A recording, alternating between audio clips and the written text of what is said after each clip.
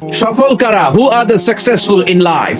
যদি আপনারা কেউ প্রশ্ন করে সফল কারা, যদি আমাদেরকে জিজ্ঞেস করা হয় কারা সফল, সফলতার মানদণ্ড কি? এই পৃথিবীর বুকে সফল হওয়ার অনেক মানদণ্ড হতে পারে, পারে না?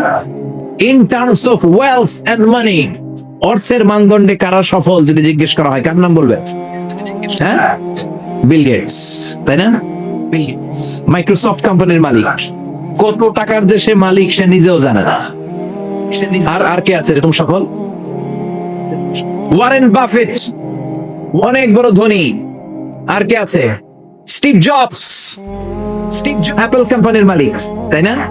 প্রিন্স ওয়ালিদ বিন তালাল, একটা প্লেন আছে, নিজের জেট প্লেন, যে প্লেনটার 70% স্বর্ণ দিয়ে বানানো প্লেন, এটার 70% মেড অফ গোল্ড। তাহলে অর্থের মানদণ্ডে যদি বলি সফল কারা, এদের নাম আসবে। ইনি সফল, ইনি সফল, ইনি সফল, ঠিক কিনা? এবার যদি বলি ইন টার্মস অফ পাওয়ার, ক্ষমতার মানদণ্ডে পৃথিবীতে সবচেয়ে সফল কে? Donald Trump, president of United States of America. কি কয় নিজেই জানে না, আছে না নাই? আধা পাগল। সাইকিয়াট্রিস্টরা বলে ওর মাথার মধ্যে ঝামেলা আছে। কি কয় নিজেই বোঝে না, অবাক করে আচরণ করে, ছোট বাচ্চার মতো কথা বলে। তারা বলে গায়ে গতরে ডোনাল্ড ট্রাম্প বড় হয়েছে, কিন্তু মেন্টালিটি বড় হয়নি, ছোট বাচ্চা। শরীরে বড় হয়েছে কিন্তু তার মানসিক অবস্থা ছোট বাচ্চার মতো, বাচ্চাগুলোকে ঘুষাঘুষি করে রাস্তা। আমেরিকার প্রেসিডেন্ট, ক্ষমতার মানদণ্ডে সবচেয়ে বড় ক্ষমতাশীল। এরপরে আর কে আছে? Vladimir Putin, president of Russia. এরপরে নরেন্দ্র মোদী, চীনের, ওটার নাম কি? চীনের আগে ছিল হু জিনতাও, কি না? ওয়াং ফুয়াং সোয়াং ফুয়াং ফুয়াং, এগুলো বললে ওদের নাম হয়ে যায়। তোর নাম হচ্ছে হু জিনতাও। এখন আরেকটা কি যেন জি জিং, এরকম একজন আসছে। হ্যাঁ, জি জিং, ক্ষমতার মানদণ্ডে অনেক ক্ষমতাশীল। অ্যাঞ্জেলা মার্কেল আছে, এরা হচ্ছে ক্ষমতার মানদণ্ডে সফল। তাহলে অর্থের মানদণ্ডে একদল সফল, ক্ষমতার মানদণ্ডে আরেক দল সফল।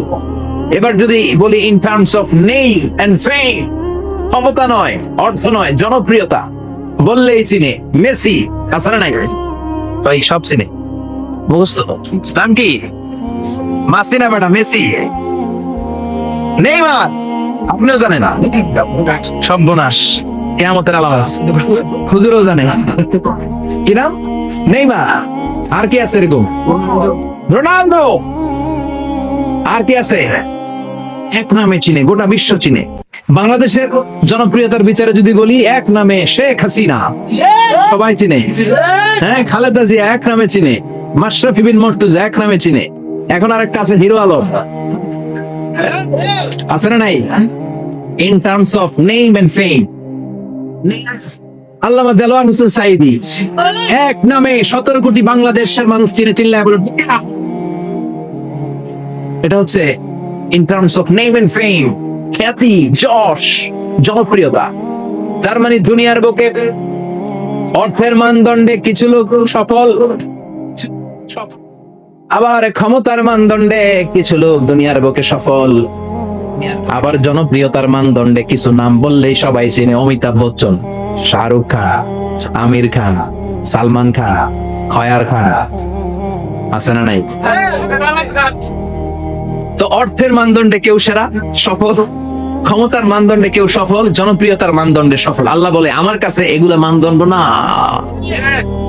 আল্লাহ বলে ক্ষমতা আমার কাছে মানদণ্ড না সফল হওয়ার, অর্থ আমার কাছে সফলতার মানদণ্ড না, জনপ্রিয়তাও আমার কাছে সফলতার মানদণ্ড না। আমার কাছে সফলতার মানদণ্ড হলো ঈমান। আল্লাহর কাছে সফলতার মানদণ্ড কি? দুনিয়াতে আপনার টাকা আছে, ক্ষমতা আছে, আপনি বের হলে সামনে গাড়ি, পেছনে গাড়ি, সামনে পুলিশ, পেছনে পুলিশ, সামনে বডিগার্ড, পেছনে বডিগার্ড, কিন্তু আল্লাহর কাছে এই ক্ষমতার চার আনা দাম নাও থাকতে পারে। টিল্লা এখন ঠিক কিনা? আল্লাহ বলেন ক্ষমতা আমার কাছে সফলতার মানদণ্ড না, অর্থ আমার কাছে সফলতার মানদণ্ড না, জনপ্রিয়তা আমার কাছে সফলতার মানদণ্ড না। আমি আল্লাহর কাছে সফলতার মানদণ্ড হলো ঈমান। আল্লাহর কাছে সফলতার মানদণ্ড কি? ঈমান যদি না থাকে তার কোনো দাম in the day of judgement আল্লাহর কাছে আছে। চিল্লায় বলেন আছে? সেজন্য আল্লাহ বললেন ক্বাদ আফলাহাল মুমিনুনাল্লাযীনা হুম ফি সালাতিহিম খাশিউন। এই দুনিয়া এবং আখিরাতে সফল হয়েছে তারা, আল্লাহর উপর ঈমান এনেছে যারা। ঠিক কি না? সফল হয়েছে কারা? ঈমান এনেছে যারা। চিল্লায় উত্তর দেন, সফল হয়েছে কারা? নাকি যাদের টাকা বেশি এরা সফল, ক্ষমতা বেশি এরা সফল, এক নামে সারা বিশ্ব চিনে, সেলিব্রিটি এরা সফল? সফল হচ্ছে ঈমানদার।